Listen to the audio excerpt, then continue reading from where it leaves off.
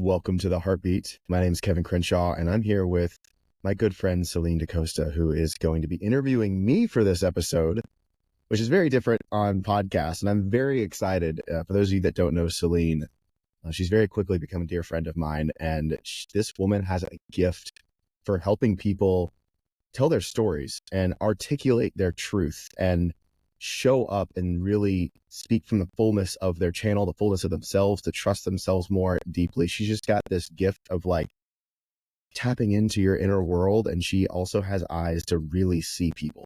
And that's a gift that I see in you, Celinne. So I'm very honored to be interviewed by you in my own podcast today. And thank you for even pitching the idea of like, hey, I want to get out there and do this more. I was like, let's do it on my podcast. Sweet. Here we are. And so for those of you tuning in who are like wanting to know more about me, this is your episode because it's going to be juicy. I've also given Celinne full reins and full permission to go to all of the places, and there's nothing off limits on this conversation. So, go deep and I'm here for it. Beautiful. Celinne, welcome to the show. Thank you. Thank you. Thank you for having me, and thank you for that introduction. Today, we are going to dig into you. The tables are turned and the lens is on you. I am very, very curious about, obviously I know you from our time spent together and also from social media.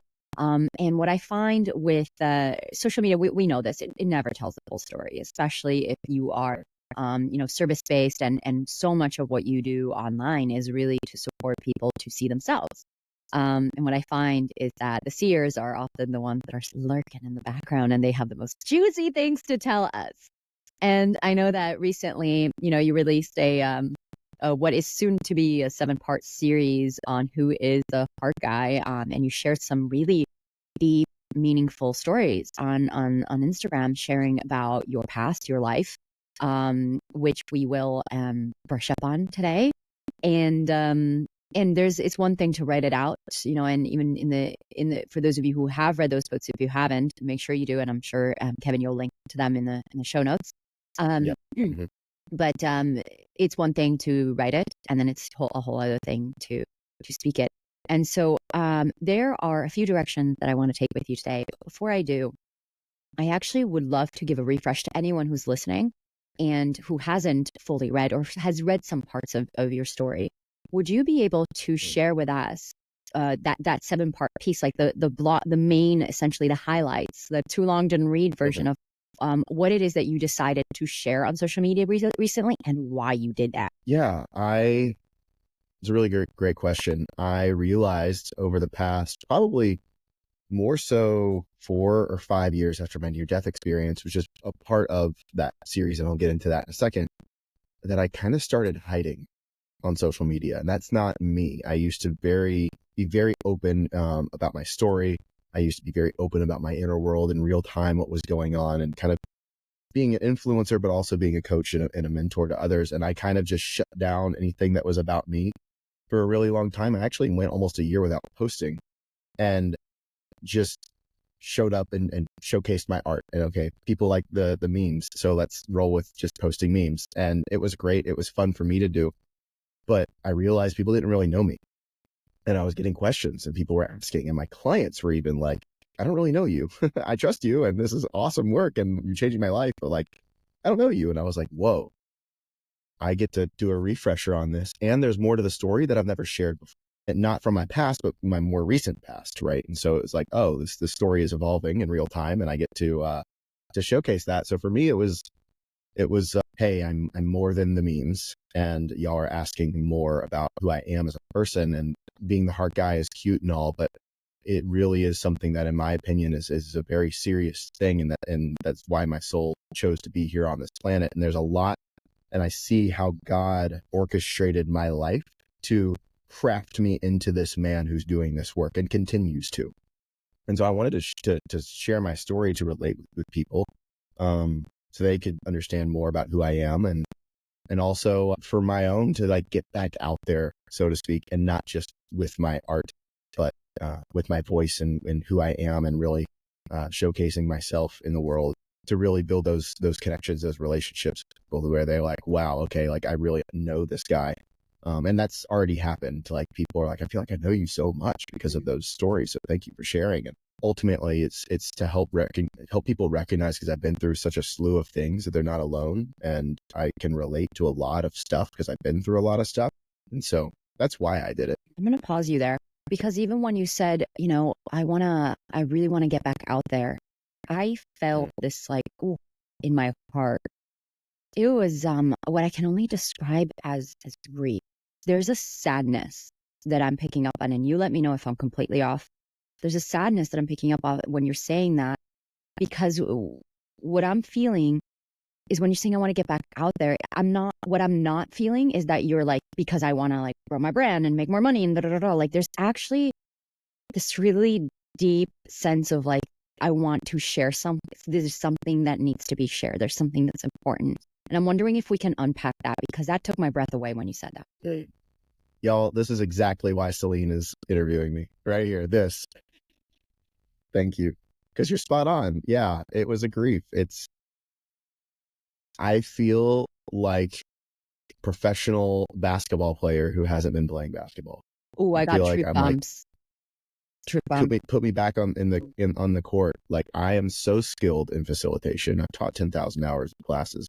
I'm so experienced in life. I have such a gift, and it's being mirrored and reflected back to me by so many people close to me right now in the past few weeks. Like, Kevin, we need you. Like, your work is needed. And so it just feels like it's the right time. I think I tried to get myself out there prematurely, and tripped over myself in 2019. I just wasn't fully integrated as a man in a lot of ways. And I had great stuff to say, but I just feel like it's time now.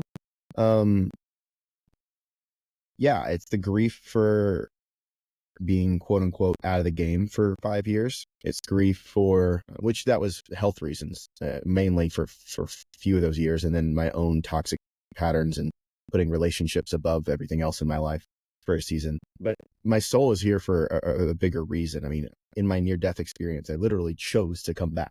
I saw what was happening and I was like, fuck no, the mission's not done yet. Like I'm not done with what I came here to do. And it had nothing to do with my own experience. It was like, I am meant to support humanity through something. I didn't do it yet. Fuck no. And I started slapping myself and like bringing myself back into presence. Because I knew that if I fully let go, I would have gone. And thank God that I did.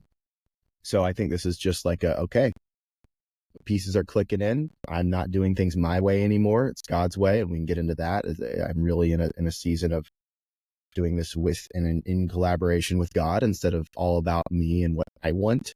And that I think is why it's time for whatever is meant to be to put out into the world. And yeah, so I would say it's just a grief for the time that I've been out. Like, fuck, man, I wish I wouldn't have fully gotten out, although I'm very grateful and I trust the process.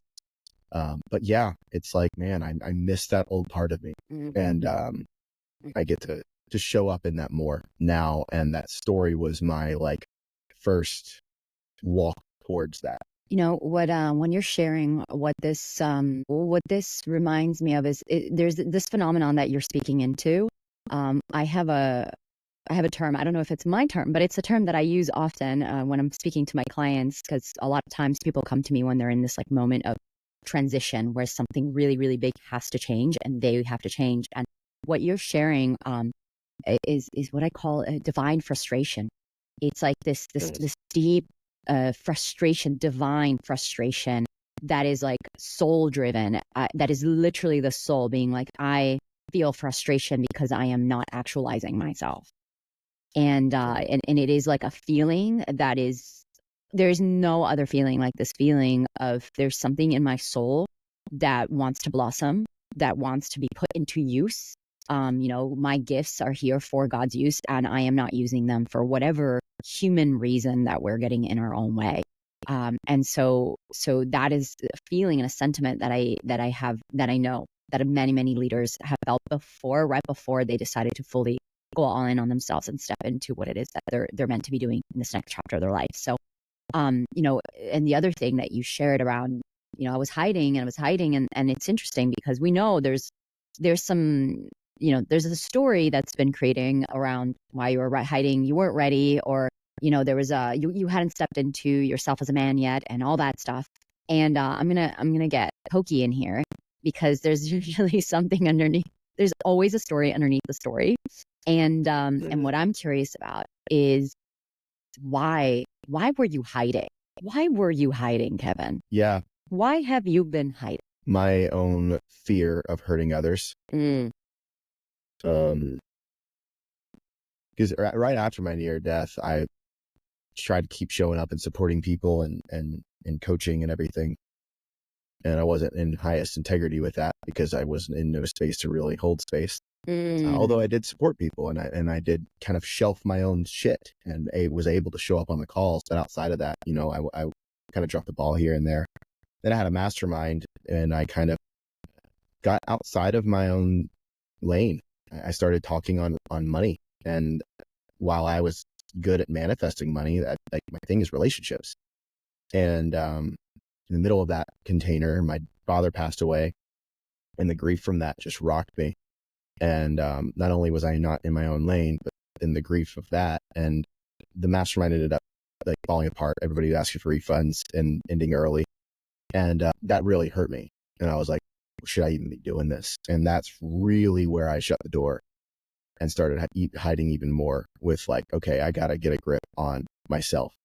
And I don't want to show up in a way where I'm misleading people, misguiding people. I want to be in integrity. That's my number one value.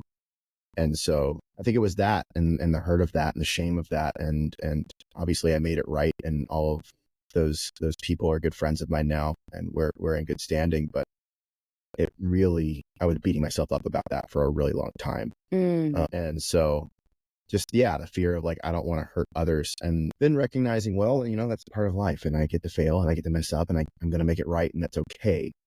So I was playing not to lose instead of playing to win, which meant I wasn't playing. So in a lot of ways it was that. And then also my own, like I shared earlier, like I love love and I love relationships, and that became the thing in my life that consumed my life and took me out of my purpose and my passion. And it was my own intimate dynamics became my everything. And that is a pattern of mine that has since come to a close here recently, where I'm reorienting my priorities, and from not just a mental construct way, but like literally what feels good in my body. And that's very recent and very new. So I'm excited to step forward in that. But I would say more so that, and then a little bit of scarcity stuff. I was also going through my own money situation and trying other businesses and things to stay afloat, because I didn't want to show up and create stuff out of scarcity because I needed money. I could, but I didn't want to. I built an entire like Turo business, doing car rentals, because I was trying to jumpstart creative ideas for the Heart Guy and nothing was coming. And I was like, well, then I'm not gonna just launch something because I need money. I want to show up in service, and money is a part of it. Yeah, but like, no. And then earlier this year, something just flipped, and then it was like, it's time. And that's when I created my Rebuilding Trust course. Hundreds of people have gone through that already. And then again, it's like, oh, it's time. Like really start showing up in what's coming through right now. So, I hope that answers your question. There are many reasons. I've got more questions. Well, that's good. I'm gonna follow my intuition here, and I'm gonna take a few steps back to where you were sharing about when I asked you when you were hiding, and you were said that it was I didn't want to hurt people, and then you started to share about the story about the mastermind and being out in integrity in that place.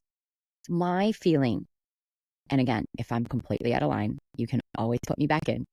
My feeling is that this fear of I don't want to hurt people actually came before that, and that this mastermind, or the incident of this mastermind, was just like a manifestation of something that was brewing inside of you. And even as you were telling the story, the image that came in my head, actually, strangely enough, was when I read in your Instagram 7-part series, and you said that you were having such issues around money, and you asked a friend for $20, and he looked at you in the face and he said, like, get your shit together.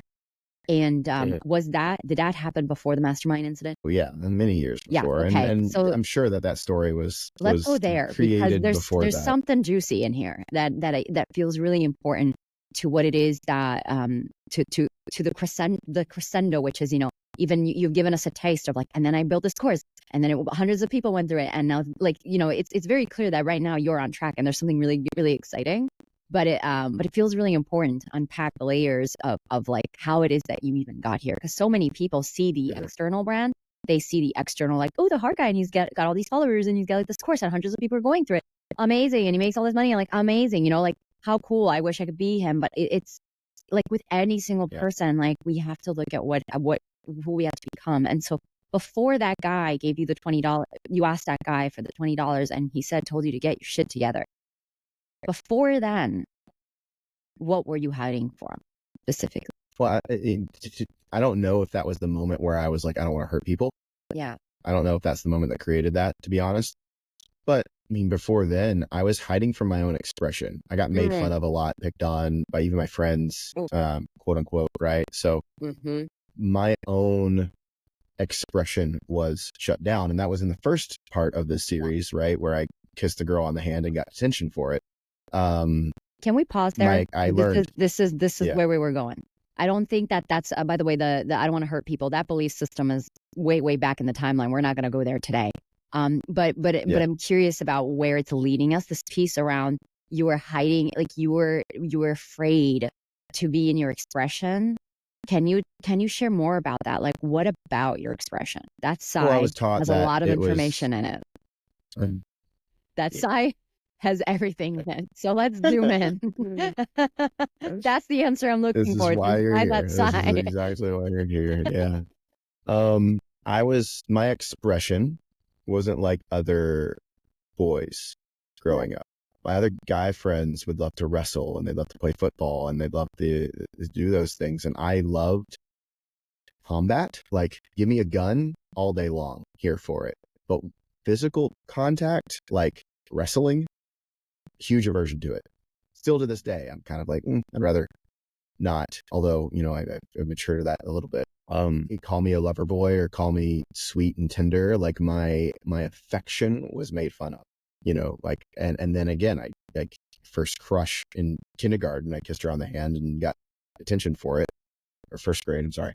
But like, I was told that, if you express yourself, you're going to get in trouble. And then not only are you going to get in trouble, but you're going to miss out on all the fun, because for a week I had to watch everybody else have fun. So I was taught to bottle it up. I also, growing up, was very high energy for many reasons, unmet emotional needs and poor diet and ADD, ADHD, and a bunch of stuff. And always told to sit down, shut up, and be quiet. And in many ways. So I just felt like I wasn't welcome. I felt like the essence of Kevin was wrong. And so that's where I think shame entered the picture for me in a lot of ways. But yeah, I was hiding from my own expression, and the only outlet that I felt I had permission to pour that into, thankfully, was two things: art and video games, which is what I got really good at growing up. My mom let me follow my own curiosities, and while I didn't want to do sports, she poured into me with art and art lessons and everything, which was amazing. And then, allowed me to play video games, and I got really freaking good at that, and that fueled my sense of adventure, I think. But it was like huddling and casing in my own expression through my early years of life, even though it was so electric and couldn't really be contained, although it tried to be. And so I grew up trying to be what got me attention, which was my big energy. And that's when I got into group fitness, and it was rewarded to be high energy. Then I got into the Tony Robbins scene and started crewing the events and everything, and again, rewarded for being very high energy. And then in network marketing, I kind of grew in network marketing. And again, they were celebrating my high energy. So I developed a crazy caffeine addiction because I couldn't not be high energy. Or would I be loved? Would I be accepted? Would I get the attention? Right. So that's also a big part of my story that I had to unravel, that I could be all of my expression and not just one part of it that was socially acceptable. And that's impacted my development as a man, where I feel like I have chosen in true masculine leadership, which is attending to the fire of your aliveness as a man and your sense of danger and adventure, which I'm kind of on a kick on right now with content. But anyway, that's a whole nother rabbit hole. hopefully that answered your question. Thank you. Yes, yes, yes, yes. I'm liking where this is going. Because I'm learning. Well, first of all, I'm learning a lot about you, as I'm sure anyone who's listening is like, I didn't know you about Tony Robbins. Missed out on that part. But I did know about the fitness instructor part, which is a really amusing thing to learn about you as well. But what really sparks my curiosity is when you were sharing about you being young and being called a lover boy. And I actually, when you were speaking into that, I had such like a tender moment for you, because I just saw this like little boy, like Kevin, like this little Kevin, and just like you kissing hands and giving roses to girls, or like, I don't know what you were doing, but I'm Yeah. sure it was like stupidly cute, It was that. like stupidly cute. And I also think about the paradigm that you growing up and as a man in Western society, and like what that means, and what that means in terms of I just could immediately see that like sweet, artistic, very sensitive, empathic young boy, and the pain and how uncomfortable it must have been to navigate the world, growing up, going in a world that there is no transition from boy to man, there is no initiation, which is why there's so many man boys in today's day and age. But more than that, where it was like what you were in your essence, what it was in your nature was just really, it was not okay. Like in societally, it was like, it was beat upon, Yeah, it it was made was, fun of. yeah, it was looked down upon. It was Right. made fun of. Right. I felt very misunderstood. Yep. A Yep. lot of my guy friends would call me gay, and I wasn't. And so I'm like, no, like what, like is going on? And that furthered the confusion of Yeah. everything. And even before we go into the next bit, it's really, I just want to pause here, just kind of pin here right now, because I'm sure there's so many people who are listening, especially if they're in your audience, and I know, because like you and I are friends. I have a similar experience. I have my own version of that story. But we tend to attract the rebels, the misunderstoods, the empaths, the ones who thought there was something wrong with them growing up because they saw the world differently, and then realized that it wasn't. And even fast forwarding now, before we even get into the other bits of Kevin's story, just notice where you see yourself in that story. I know I definitely do. And also notice that the very, very things that he was misunderstood by, that he was picked on for, it's literally what makes him a part guy. And when you look at his posts you're like, oh my God, I feel so seen by this meme. I just feel like that hits me in the heart. Like, it's that, like, there's a little boy in there too. It's like that sweet young boy is part of that, of the creation of that post. Like his mom who raised him as an artist, like there are layers onto like what is actually been able to create the post, and then the wisdom of the post, the timeliness of it. That's the man, so just wanted to highlight that, because I think we forget, and we all need very frequent reminders of how much that little boy or girl inside of us, that little one, actually like sparks the fire of our creativity. And if we look at what we're most brilliant at, our gifts, even when I think about myself, and I would just pin down any adult I could, and I would ask them 1,001 questions. I would go to birthday parties, and I would have like 1,000-page sci-fi book, and I would be so uninterested in playing the stupid ball games. When you go in the ball pit, I'm like, that's disgusting. I'm going to be in the corner and I'm going to read, and call me when there's cake. You know what I mean? I'm like, yeah, it makes sense. The story checks out, and it leaves clues, our souls, like our childlike selves. It's the most pristine way that our soul leaves clues is when we're children, which is why so often when we're doing visioning exercises, I know when I take my clients through like reconnecting to their soul vision and soul purpose, it's always going back to like, what were you doing as a child, like naturally, when nobody made you do it, when there's no obligations. So thank you for sharing that, because I think it's such an important part of the puzzle piece that is you, and what makes you unique at what you do. So yeah, I'm going to leave that one there. And my next rabbit hole that I'm really curious about going into is, so you took that with you through your young adulthood, and and again, you've given me permission to go all out, so I'm just gonna be high flame here. Do it. In your early 20s, and even reading your Instagram stories, like there was a lot of trouble brewing inside. Like it did not look like you were having a good time. And so just like internally, it was like, wow, there's a lot of chaos here. There's a lot of mayhem. this has really marked Yeah. him. And so I'm just curious, without, again, we've gone into, anyone who wants to like know the story, the official story, go into his Instagram. But I'm curious to unpack this a little bit more of like, in your words, how did this bottling up of self-expression and an authentic expression manifest into, what I perceive to be a very troubled teenager and young adult, having all kinds of issues? How did you, if we look at it from the bird's eye view, like how do you see it now that, now you've gotten to where you are and you're looking back, you're like, oh my God, how would you analyze what happened? Because you lashed out. And I'm curious about Oh, why you lashed out yeah. the way that you did. And I think it boils down to unmet needs and a lack of understanding or what's the word? Yeah, understanding of myself and what was really going on. And when we have unmet needs that we're unaware of, they can turn into desires that are, and even parts of ourselves and identities that actually aren't really us, because you'll bypass what you want to get what you need. You'll overstep your own values to get what you need. Pause there, because And this if is you very important what you're saying. What you just said is very, very important. Say that again. you'll overstep your own values to get what you need. Uh-huh. And if you don't know what you need, like I didn't, and that need isn't even being met. So I had a need that I didn't even know I needed that wasn't being met for a really long time. That's also a definition of trauma, by the way, not enough for too long.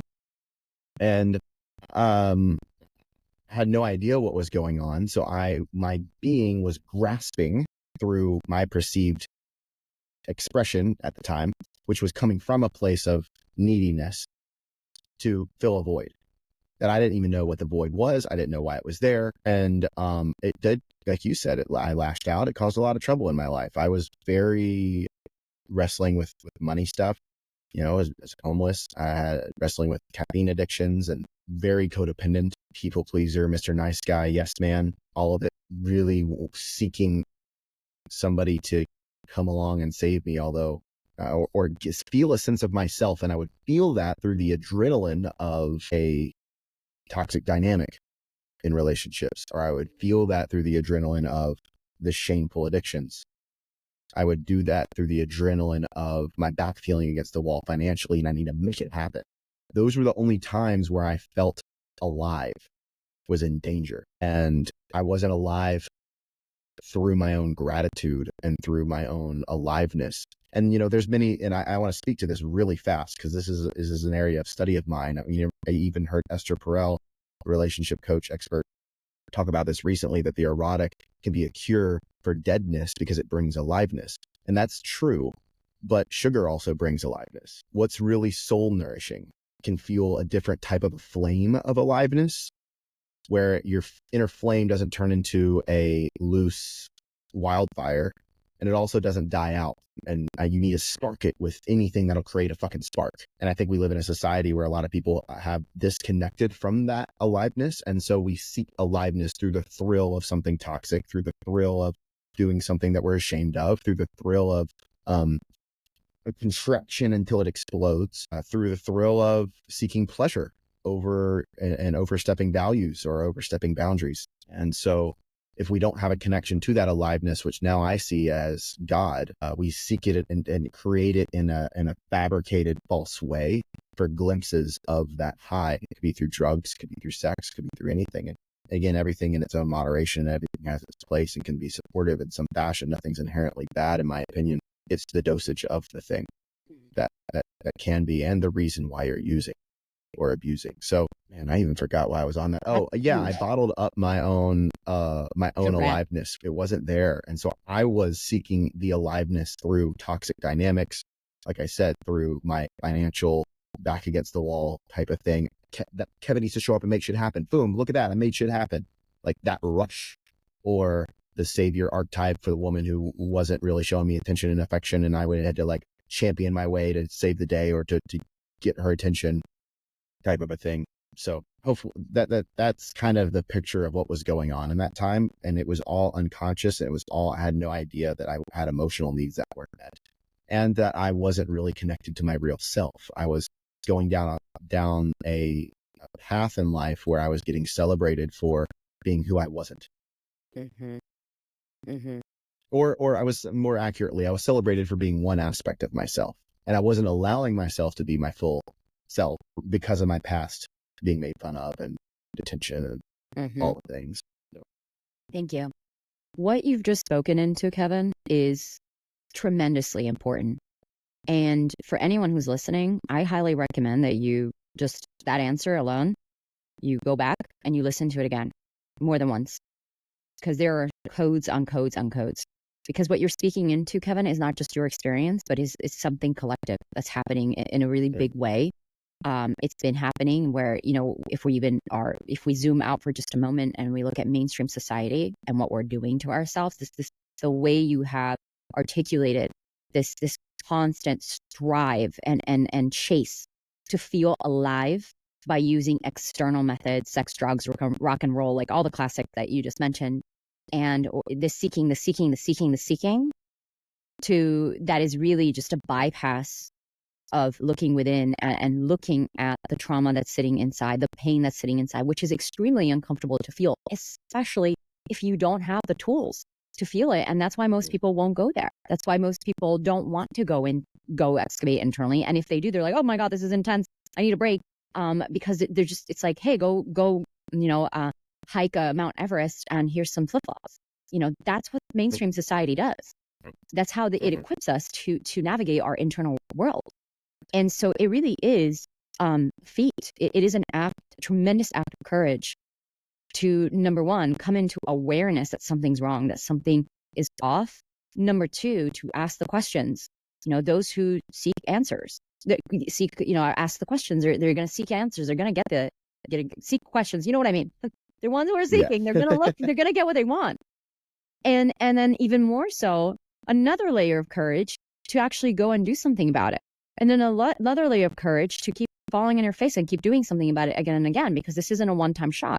This is a journey that you had to fall and get up and fall. I mean, even in your stories, it's like up, down, up, fall again. Ooh. Like you fell on your face a lot of times. It's painful to like. I was like, oh my God, this dude, does it ever end? Like, get up. I just literally reading those stories, being like, get up. And it's like the next one, I'm like, oh damn, get back up. and that's how I work. It's real. So I just want to speak to that because it's really like, ow, first of all, and this is big, this is deep, this is fucking painful. This act of not knowing not knowing what you need, and then taking action that consistently trumps your values, and not even being clear on what your values are.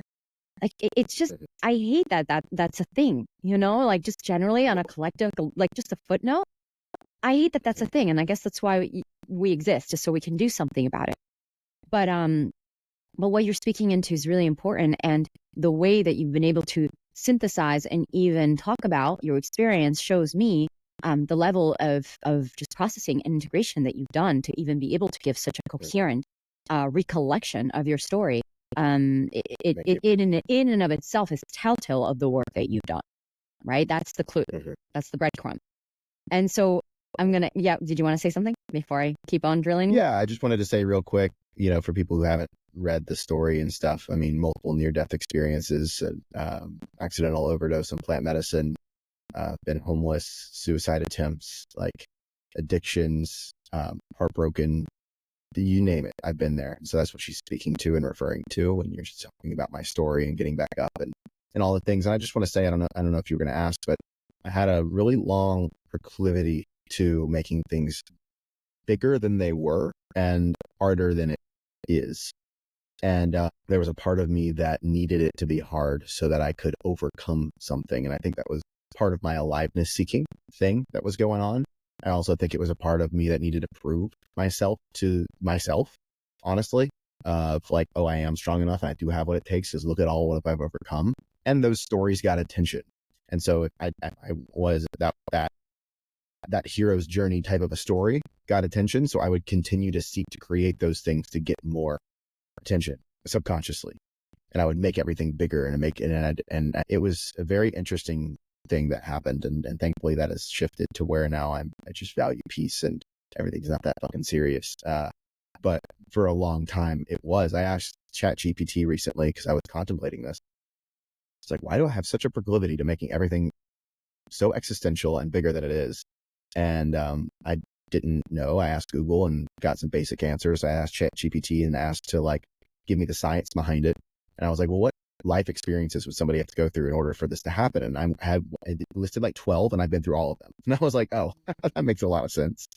And so, just normalizing it and shifting to like, and everything that I always worried about never happened. And I'm grateful for all the things that I've been through. I've done nothing wrong. This was the path I was supposed to take to build me into the man that I'm supposed to be and to right now.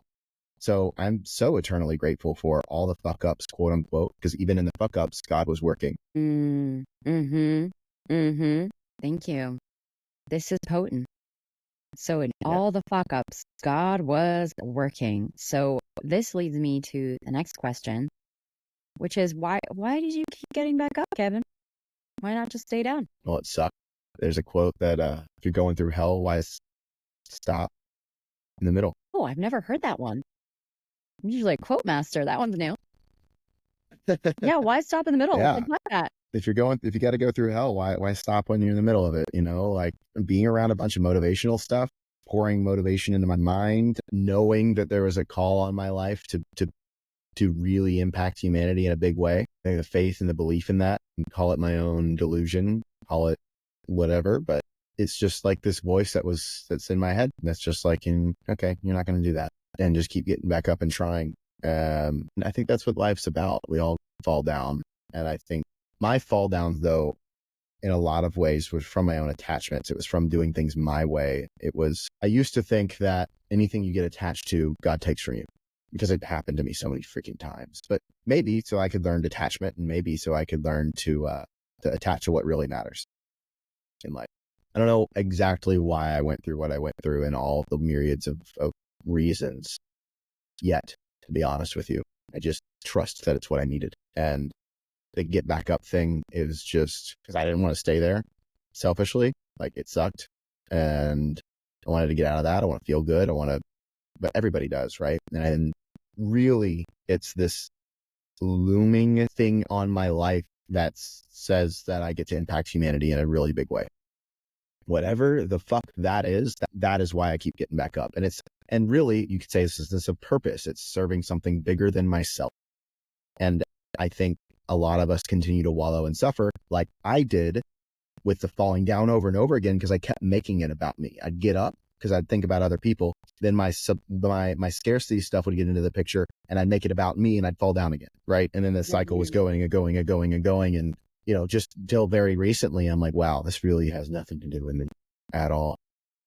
And I stopped over personalizing everything, and I stopped making everything about me. I stopped that in a really profound way, and where my nervous system's just like so detached from all of those narratives now. There's no charge there, and I'm able to just show up and express and serve, and in that, I get to trust that God will work through me. God works through people, and I'm a person, so I just let God do His thing through me, and I listen to my intuition and trust that to the nth degree. That's what's needed, and sometimes it doesn't make sense. A lot of times it doesn't make sense. Well, does intuition never make sense? That's how I know it's my intuition. I'm Not like, really. really? That? No. Yeah. When I start fighting my feelings, like, no, that's how I know I'm like, okay, my intuition's speaking, because my mind's definitely not about that. That's how I know I'm like, what the hell did you do? What did you just, what is Yeah, beautiful. I mean, there's this, I recently read this online, probably some meme, maybe, I don't know if it was your meme, but it was some meme on the internet. And it was about how your purpose is to be in your soul's expression. And it was a really interesting reframe, because, I know that so many people are out there like hungrily being like, what's my purpose? What's my purpose? What's my purpose?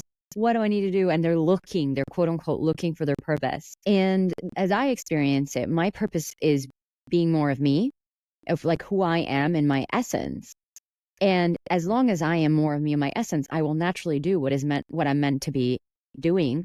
That is maybe like one day when I'm on my deathbed, I look back, I'm like, that was my purpose, because, all the things will add up.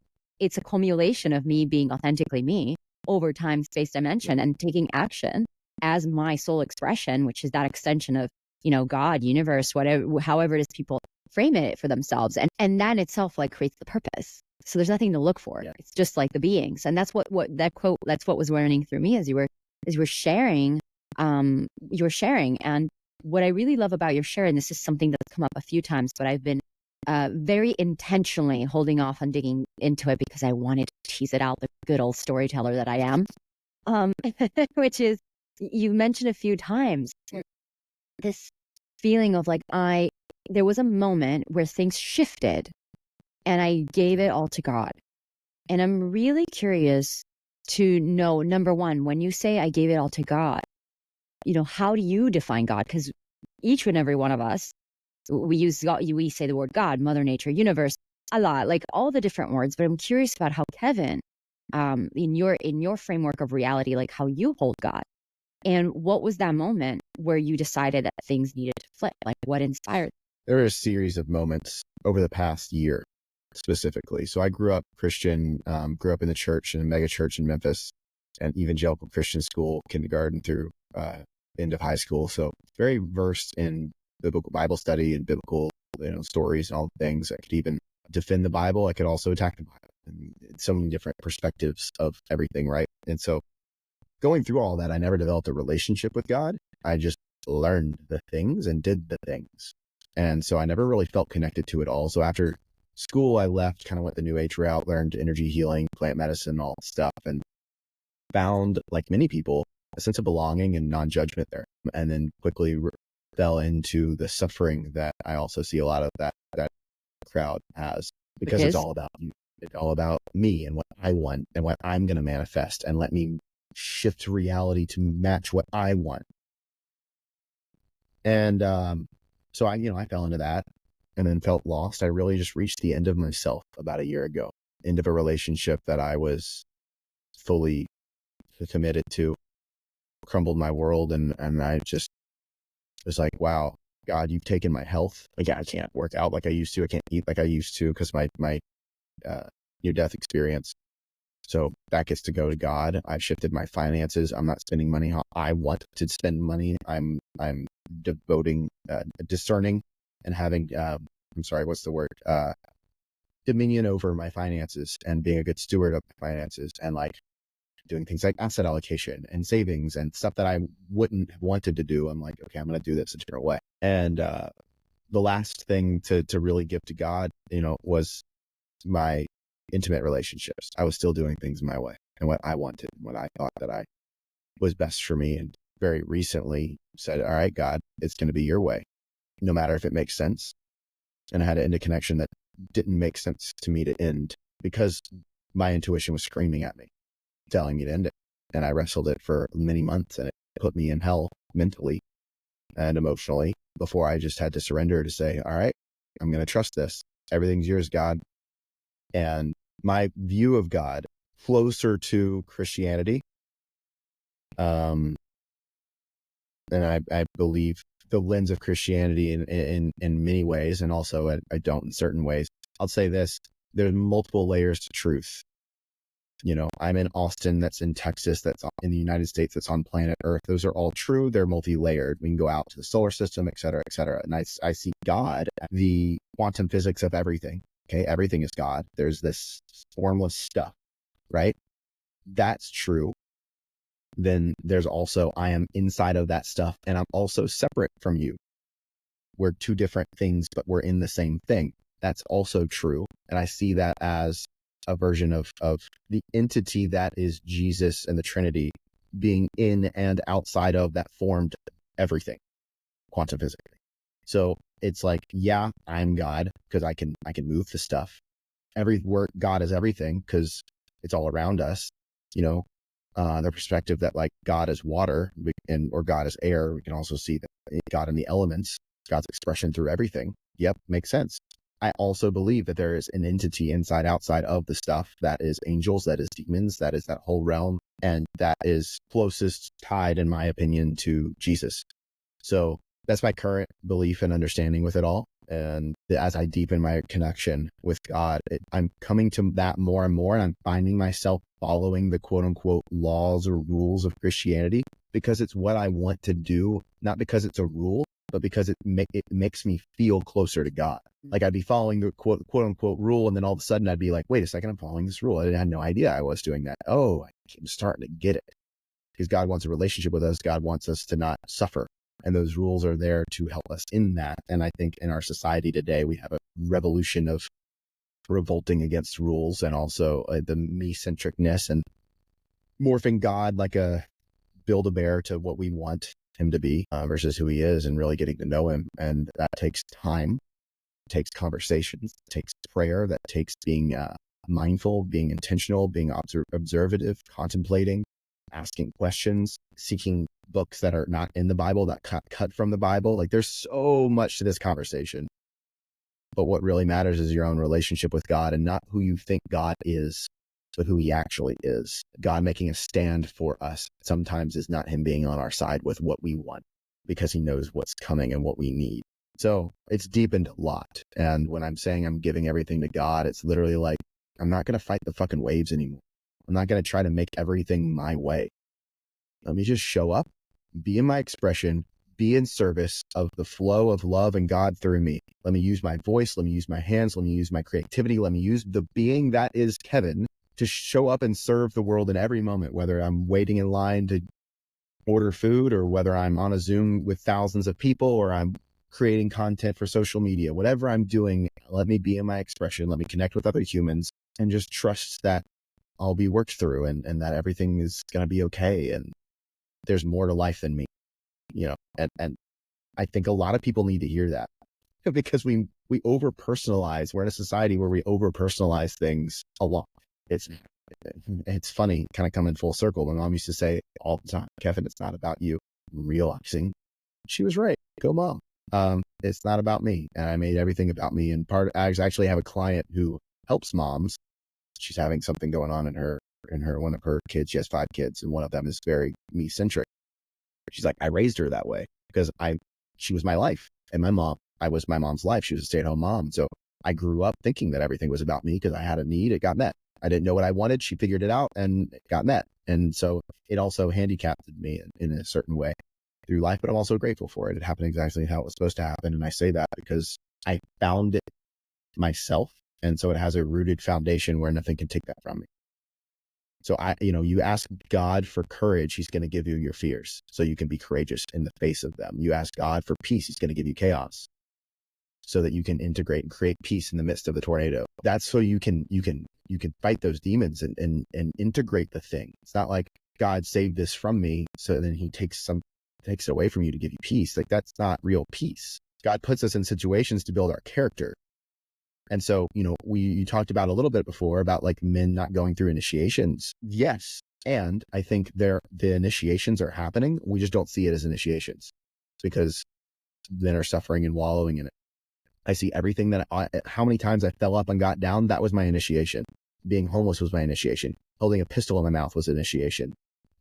Breaking up with someone and the best relationship I'd ever been in for some unknown reason was a fucking initiation. Moving was an initiation. Being nomadic was an initiation. Speaking and being an entrepreneur is a fucking initiation. Managing my finances is an initiation. Going through death was an initiation of the grief of my father. There's so much to my life that has everything I get to see is an initiation into the next version of myself. And I think if men can actually wake up and see that, and even women too, then we get to see how everything actually is serving us.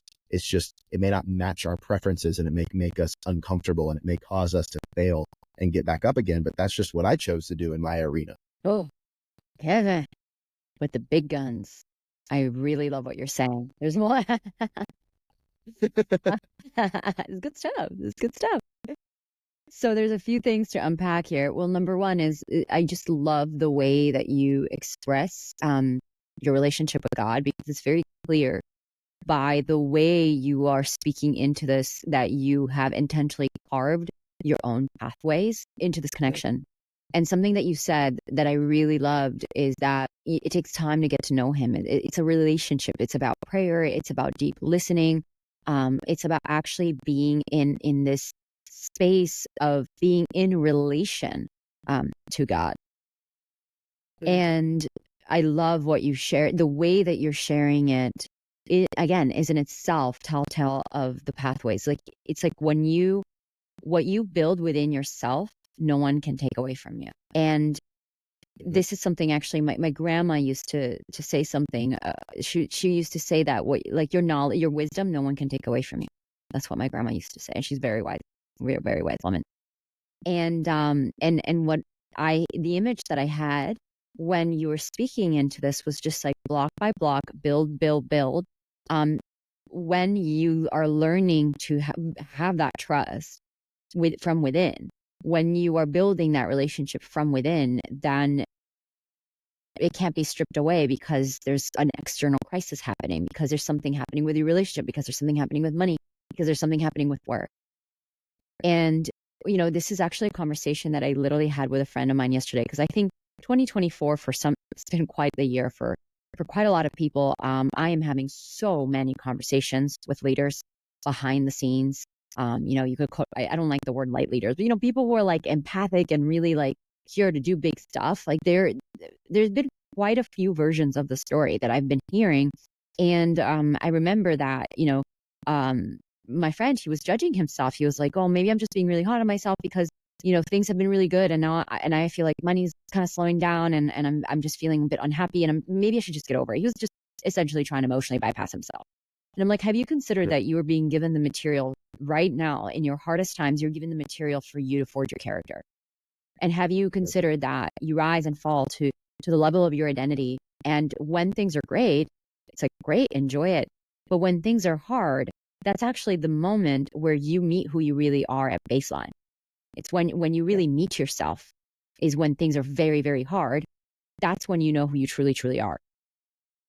And that, call it an unpopular opinion, but that's what I believe in, is like, you look in the mirror and things are really hard, and how you treat yourself, how you talk to yourself, how you talk to other people, that's the actual the lowest that you'll drop when in circumstance is the mirror of who you truly are. And the good news is that you get to see that and you get to build that up so that the baseline, the identity through which you fall, it gets higher and higher and higher and higher. And ideally, you're building that up so that baseline is still somebody who acts in accordance to their integrity, their needs, and everything else that we've just discussed. And their inner knowing, their intuition, what is coming through them on a divine level. So that's really beautiful. And something that left me still with a couple like, still really curious about that, because you started to speak very intimately as somebody who had gone through it in this new phenomenon of like new age meism. This like, it's me, and I don't know how to call it me. Let's call it meism. Let's just make up that word, pretend like it's the new age meism. And then you made a jump and you're like, you very intelligently started speaking about your relationship with God. So we know that you created this, you've been through this and you created this. I'm interested in that gap though, because I know that a lot of people who are listening to this, they are either on the precipice of this transition, or they've already, like, they're listening to you talk about like your that deeper inner knowing with this, we're going to call it God, but again, people organize their reality. Some people are Christian, some people are Muslim, some people are like there's everything in between. So I just want to be inclusive of however that reality that we're referring to as God is organized within you, that divine intelligence that moves through us.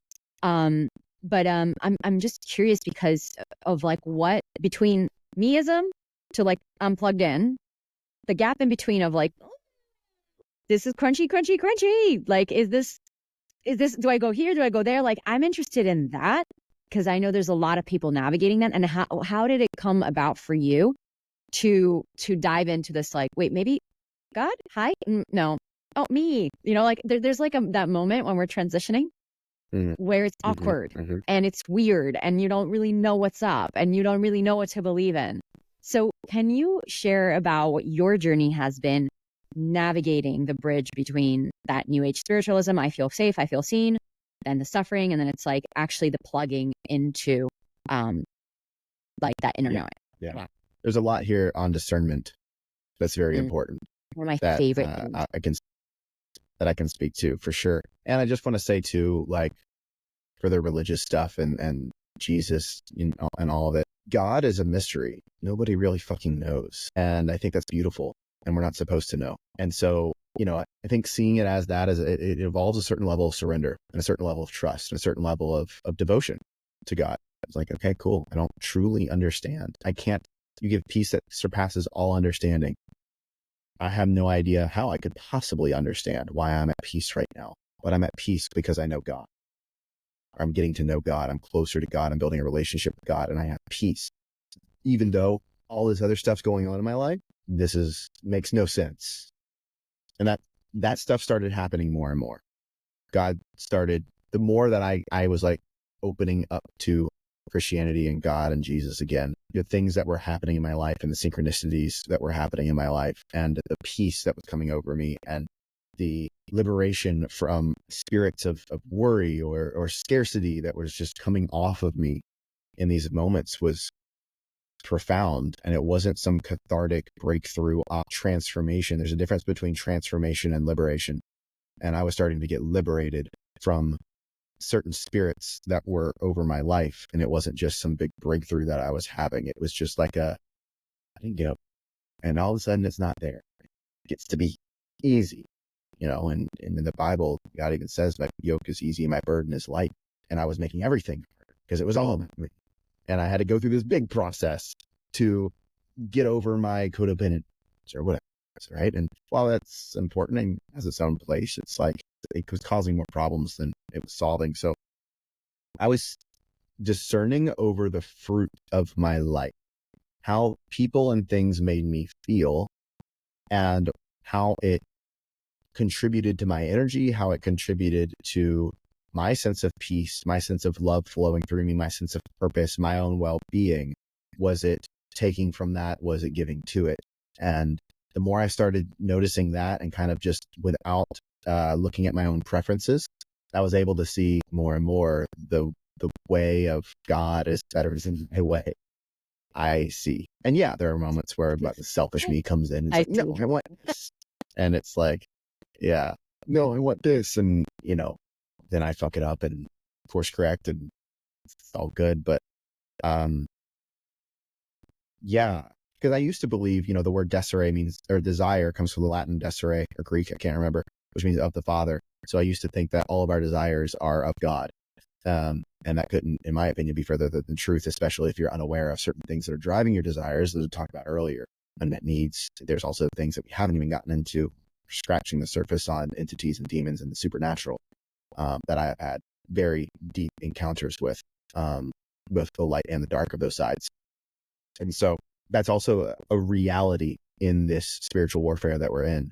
And I think if you don't see it as spiritual warfare and you see everything as love, you're open to manipulation and you're vulnerable to attacks. And that's where the new age stuff just started to rub me wrong. I was looking around at the retreats were amazing and ahas and the breakthroughs and all this stuff. And then I was like getting to know people and their lives were a mess. And then in my life was a mess. It's like, what the heck is going on? And then, yeah, I started going to church again, and sure, they're full of shame and judgmental, but their lives were working more. And I was like, oh, and this is interesting. And again, there's layers to truth. So I can take the new age stuff and not shame it or make it bad or make it wrong or make it of the devil or whatever the heck. It's all true. I think Jesus did tantra with Mary Magdalene to get his powers. Like, that's my personal belief. But it's not necessarily inherently bad. I think the laws of manifestation and all that stuff is real. I think Solomon was the best wizard that ever walked the earth. He was also the richest man that ever walked the earth and the wisest man that ever walked the earth, and very close to God. And if you read books that are outside of the Bible that he wrote, he would literally summon demons and get them to work for him. But he was a fucking gangster, metal as shit, like fucking crazy. And the Bible is full of imperfect people that God still uses. And so it's like, if we just see it through the lens of that and not through the lens of church and religion, I think we can open our eyes to a lot of truth and of not making any of it inherently bad. It's the intention and the master that you serve. Are you serving the master of yourself? Are you serving the master of a higher purpose, something bigger than you? Are you serving something that you don't even realize you're serving because it's a parasite on you spiritually and you have no fucking idea that it's there? that's a rabbit hole. But yeah, I've been rambling for a little bit. Hopefully that answers your question. I just had a lot of discernment, and I'm looking at the fruit. What's the fruit of this thing? And that'll tell you the root of it. And that'll tell you if it really does serve you. And sometimes the fruit is confrontation that builds your character. And so it may not be comfortable, and you don't want to judge something as bad because it makes you uncomfortable or confronts you in any way, or it points out ways you need to grow, right? So does this make me more of me? And does this bring me closer to peace, real peace, no matter what's going on? Does this bring me closer to joy, real joy, no matter what's going on that you can choose? And seeking nourishment over pleasure, seeking discernment over desires. And that, in my opinion, is seeking God over yourself. I love that nourishment one. I one of the things I talk about in my work is nutrient dense words. When we speak, when we articulate, how do we make it as nutrient dense as possible rather than it just being a bunch of junk food, fluffy stuff that comes out of our mouth, you know? So beautiful. Thank you for sharing. That gives more of a picture and illuminates more, not just your journey, but you know, again, for people who are going through this, I love what you said about what's the fruit of this. It's very practical. It's a practical filter that someone can apply, somebody who is on the precipice of this journey now. And is like, well, how the heck do I know? Like, I'm still in kind of getting tossed around in the tug of war in the middle. Asking that question, what is the fruit and where's the root of that? And is it bringing me more joy? Is it bringing me closer to God? Is it making it more me? Is a really important discerning filter question for whether or not the action that you're taking or the path that you're on is right. You know, there's also this quote from a Carlos Castaneda book, and it changed my life, where he says there's only one path of heart. There's many paths and they will all lead to a dead end, but there's only one path of heart. And I love that. It was, you know, when I'm feeling like, I'm feeling so good right now, like what's going on? And then I asked myself, am I on the path of heart? It's my body immediately is like, no, or yeah. Like it's like a very clear yes or no, intuitive feeling. So I love that.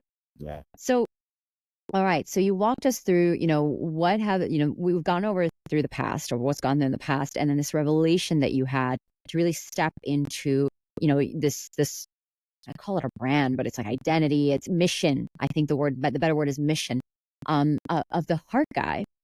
And you shared that recently as you've gone through this transition and you've gotten grounded and rooted in this relationship that you are forming with God. There was just a moment where you're like, okay, I'm going to come out now. You know, I'm ready. Yeah. Can you walk us through like, what was that switch for you? And, you know, you mentioned something and then I put out a course and I did this, like what happened that allowed you to finally open up the kimono and be like, I'm here for everyone. Yeah. Yeah. I let go of my shame. I had a plant medicine ceremony with a dear friend of mine, solo, and realized it was interesting. They didn't have anything cathartic releases. We were just chatting the whole time. And my mental constructs were just reworking, and like all this guilt and shame that I was holding, thinking that I fucked things up in that mastermind, in all of my past relationships. I was, again, making everything about me and how I was the one that was at fault for why my parents split, why XYZ happened. Like, oh, I'm causing destruction and everything. So let me hide. I don't want to hurt people, right? All that got flipped. And I saw God's perspective, that even in my codependency or my quote unquote toxic patterns, my Mr. Nice Guy stuff, that was exactly what those other people needed to go through. That's what I needed to go through to wake up, to grow spiritually. And I see the gifts of it. Like they had moved cities, or I stepped in to support their children in a very important time in their life, or I helped them see a new baseline for what a man really could be like for them in their intimate relationships. Like the gifts, I was ignoring all the gifts and all the beauty of it. And I was just looking at the things that weren't okay. And I was able to flip it and be like, holy shit, God was working even in my toxicity, quote, so to speak, even in the ways that I wasn't showing up, or I could have shown up better, even in the ways that I fucked up. God was working and I was supposed to fuck up so XYZ could happen. It's like I connected all the dots and saw the beauty of it and was like, whoa, I've done nothing wrong. I can't fuck it up. I've never fucked it up. And that was the switch for me. And from that, then I launched the Vibe Daddy, all my DJ stuff, and started having way more fun. And I started expressing myself way more. And that was the switch too for me of like, all right, start showing up again with the Heart Guy stuff. And I was having so many conversations around trust, realizing that that's what I was doing in the 5 years previous with all of my clients was helping them rebuild trust in men, just as a man, supporting them in their love life. Working with me, they were just, and unraveling in front of me in client sessions or whatever it was, it felt safe. And it was supporting them and reframing their relationship with men, nothing that I hadn't even talked about. So I was like, wow, why don't I make a course about that? And then had hundreds of people sign up for the launch of it. And it was, amazing. And it's still available, by the way. And so then going through my own refinement very recently, where I just said, cool, God, everything's yours. I'm going to trust it all the fucking way. 2 feet in, what do you want for me? And if you want me to leave something, great. If you want me to go somewhere, great. If you want me to say something, I'll do it. And I really just reached this point where I care so much about that and my relationship with God that I don't give a fuck about anything else, honestly, because I know that I'm not going to be led astray and that I'm going to be taken care of. Because every time that I've tried to wrestle that and do it my way, fall on my face and I suffer.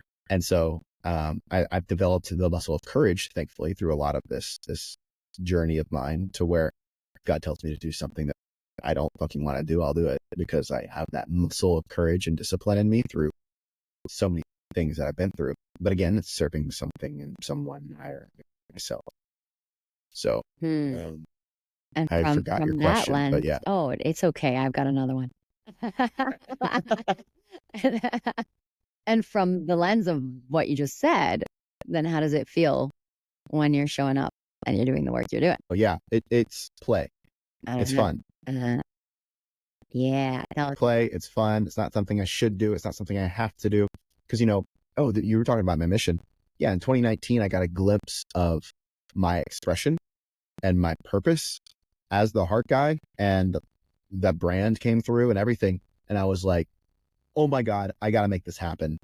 And I created like a 500-year business plan, and I had an intense amount of pressure on myself to hurry up and make it happen now.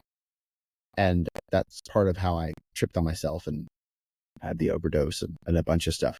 Because I have to do this, and I forgot that God's going to do it through me. I just get to show up, and showing up is what's needed. I just get to show up and express myself. And in that showing up and expressing myself and being myself, that's just a byproduct of what's going to happen. I don't have to try to make people trust me. It's just, I'm trustworthy, so it's going to happen. And if they don't trust me, then stick around long enough, you will. Because that's just who I am. Like, you see what I mean? And I was trying to make it happen instead of it just happening as a byproduct of my expression. Because I care about integrity, because I care about women, I care about men, I care about the union. I see that the only way we can turn this motherfucker around is grassroots, in the home, in the family dynamic, multi-generationally. So that's how I can see, given my gifts, given my eyes, and given my dharmic path from God, that I can impact humanity. So in my season of life right now that I'm in, support people in loving themselves and better intimate relationships. As I grow and get married and have kids, then it'll also be about being a good parent and supporting the home life in that way and raising up the next generation, right? So I see the evolution of it. I can see into when I'm 80 and what my work will be like then too. I just get to show up and be me right now, and trust that the right now is perfect, and what's coming will happen. I don't have to hurry up and make it all happen now. And it's also not all on my shoulders. There's other people doing this work too. That's great. I just get to be a part of that, however big or small that gets to be. No, it's not up to me, and my ego wanted it to be all me, but our ego likes to make everything about us. My grandmother, the wise one, well, both of them were wise, but the one that I'm specifically speaking into, she's the one that's still alive. She used to, I remember, recently I started calling her. I recently only realized how valuable it is to actually, we've come from the world of coaches and masterminds and courses. And recently I'm like, I think our parents or our grandparents, like, they've got good stuff. Like, like they've got good information. Yeah. And so I remember calling her earlier this year. I was going through, eclipse season. I was like, and I called my grandma just out of intuition. And I was like, I wasn't telling her the details of what was going on because she wouldn't understand. But I was like, Grandma, I'm having a really hard time, and this is what's happening, and da-da-da. And she's just like, first of all, she just Joe Dispenza's me. She's like, you got to think about positive thoughts. You got to let go of the negative thoughts. They're not healthy for you. And she just starts like delivering what you would essentially get in a Joe Dispenza course. And second, she said this thing to me that sparked when you spoke, which is, she says, Celine, every single one of us, we are born with a cross to bear. And at first I was like, oh God, Grandma, you're not. But she's like, each of us were born with a cross to bear. And that cross, if we bear it on our own, can be heavy. It's really heavy and it's tiring. But if you give God both of your hands, that cross gets lighter. And it's been a recurring message that I just keep hearing her words. She's like, just give both of your hands and let him help you carry it, and it won't be so heavy anymore. And that's what it reminded me just as you were speaking. So my curiosity then is, so where is your focus now? And what are you most excited about now? For what you can see, what you can, God's operating through you, but like, what is it that what you're feeling there? Like, woohoo, this lights me up. Yeah. And this the next conversation chapter right now is trust and supporting people and trusting each other in intimate relationships, trusting themselves in intimate relationships, and actually building that. From that conversation comes discernment, comes communication skills, comes a slew of other things, but an umbrella of trust. It's very exciting for me right now. I'm creating a year-long container for successful business women to support them in their love life, because there's so much to that conversation that isn't really talked about. Like, what if you're the breadwinner, and how does that affect your relationship dynamic? I don't see other people talking about that, and that's what's been showing up for my one-on-one clients. And so I'm recognizing a theme and a pattern and starting to speak to that more. So that's been really fun, and it is really alive for me. Of how can we show up in a way that we can evoke the best in our partner instead of the worst in them? How can we show up in a way that's an invitation for the best parts of them to show up, where it doesn't feel like you're coaching, it doesn't feel like you're mothering, it doesn't feel like you're nagging, but it's an open door for him to really show up. So to me, that's very exciting. And to be honest, I don't have full clarity on what's next. I just have gotten so many messages from other people, and through God telling me through other people in the past 2 weeks specifically, Kevin, show up. Kevin, show up. Show up. We need you. Show up. And I'm like, and talk about what? And do what? Show up. So I'm just excited to show up and see what happens. And I'm literally taking it day by day. I mean, what I shared right now is the clarity that I have, and that may not be where I end up, but that's the right now. And I'm getting also the message of like, that's also my creative genius. Sometimes it won't be a forever thing, but it's right. If it's right now, it's meant for somebody, it's meant for something. So I'm excited to be showing up and supporting successful business women, because that they keep coming to me and asking for advice, and it seems like there's not a lot of people that are supporting that kid of people in the marketplace, and they really need that support. And there's a lot of confusion going on in the relationship space, and from women and from men too. And so I just want to be a force to bring some clarity. So hopefully support with some ending that confusion, so that we can understand each other as partners and lovers even deeper, and that we can ultimately create the happily ever afters that we fantasized about. I see other couples in that. It's possible. And to think that it's not, I think is thrown in the towel. To think that it's not, I think is thrown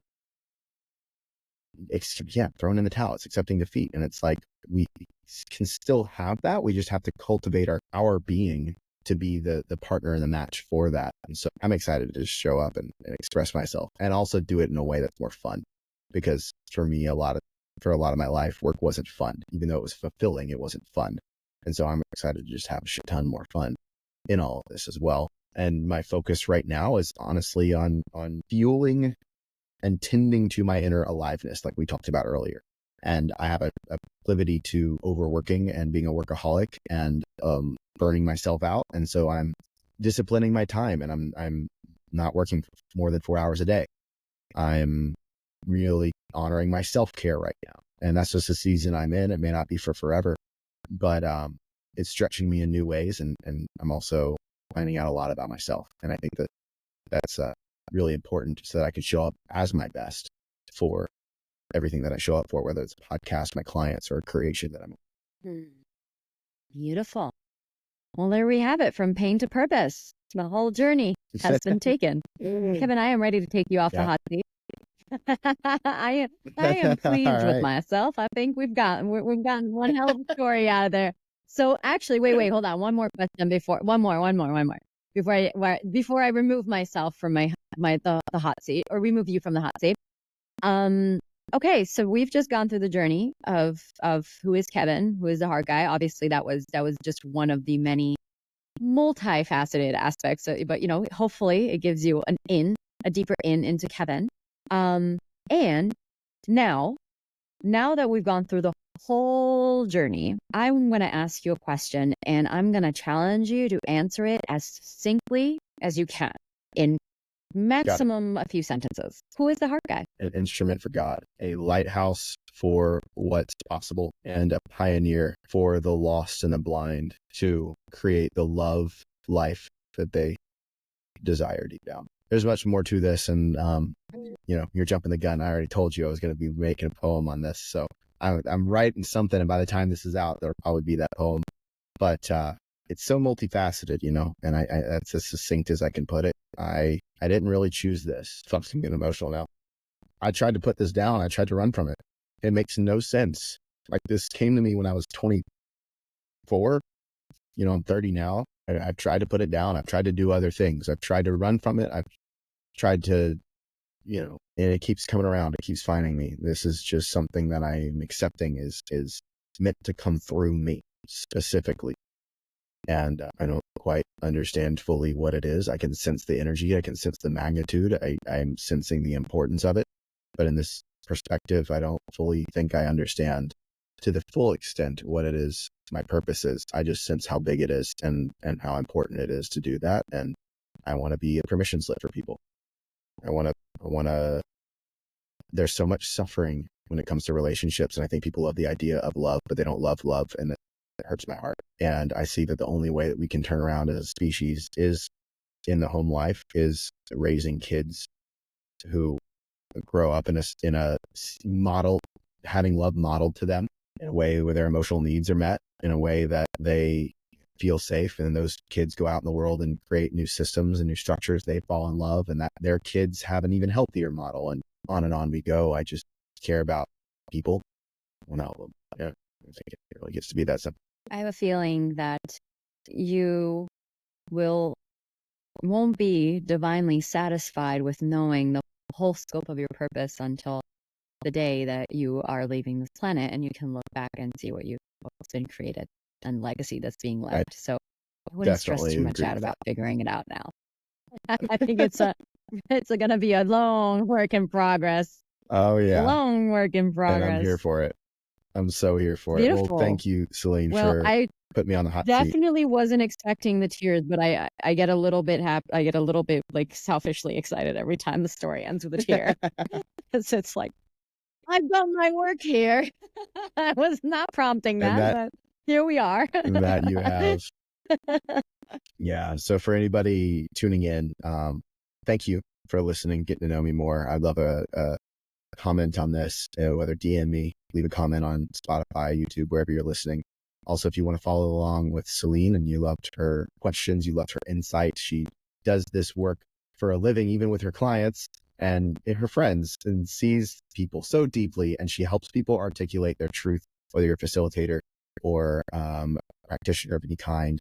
If you want to be connected more to your channel and trust your channel, help people trust you, feel seen in that and show up, she's a gift for it. So your Instagram handle will be down below, and y'all can check out her and her world there.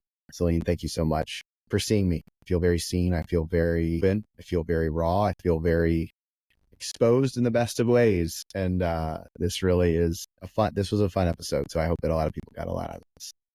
Thank you. Thank you for having me.